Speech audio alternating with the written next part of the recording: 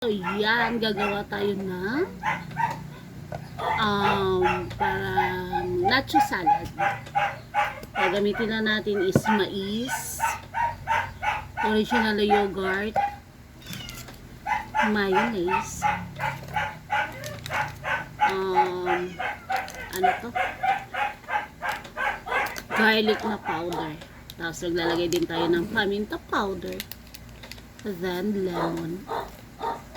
Para mixing tayo guys. Mixing. Mayo tayo. Mayonnaise po yan. Ito guys, maglalagay ako ng lemon. Ihahalo ko dun sa mayonnaise. Maglalagay din po tayo ng original na flavor ng yogurt. Ayan po. Okay, naglagay na ako ng paminta powder guys. Is garlic powder. Yung iba kasi chop nila yung garlic, pero may garlic powder tayo, garlic powder na lang. Ang garlic pati pepper. And lalagay natin ang plain na yogurt. Dava. Plain lang po na yogurt guys. Yan, nalagay ko na yung yogurt. Next is ibubuhos na natin itong lemon. Then imimix na natin yan.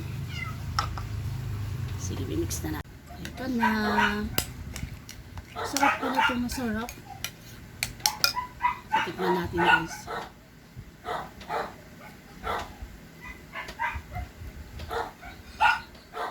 Walang sarap. Masarap in fairness, masarap. Mix ko siya dito sa corn. Masarap sana ito kung may lettuce kasi wala akong nabili. So corn na lang kasi pa-expire na ito. So 1 month na lang kailangan na natin gawin kasi pag nakalimutan ko na-expire sayang. Pati yung aking yogurt 3 buwan na sa ref. Hindi ko kinakain kaya gamitin na natin. Na-expire na rin siya ngayong buwan katapusan. So kainin na natin. Mix ko siya. Ayan guys. Oh lolo. See? Mix natin siya. Nachos na lang ang kulang dito. Bukas bibili ako. Toast natin siya. Bukas makabili ako ng lettuce. Mahabol ko pa siya. Kailan ko pa kasi ito i-chill para mas lalong sumarap.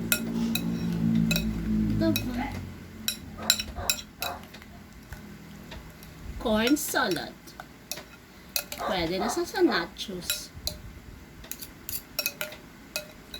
So, simutin natin para hindi sayang. Marami-rami pa siya. Oh, see? O, dapat. Kailangan simut sarap. Parati ako na-expire. Na-expire na ako ng ano yun? Yung Nestle cream. Expire na ako kasi nakalimutan ko siya guys. Pati gatas minsan. Bibili ako pang emergency. Hindi ko rin nagagawa. So, ito. Nag-decide na ako. Gawin ko na to para hindi masira. Next month pa naman to ma-expire. So, good pa yan. October pa. So, tikiman time. So, ito pag may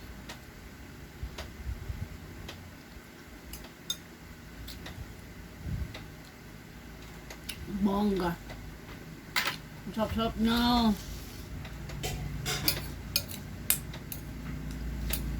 Perfect.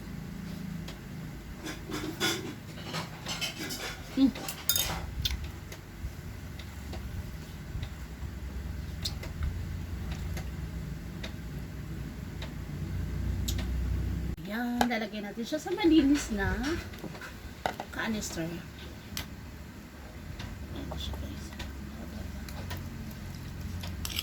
Chill natin sa fridge para lumamig at lalong sumarap. Dapat.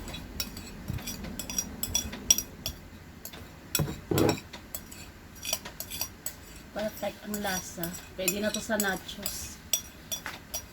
Perfect. See? Ayan na siya.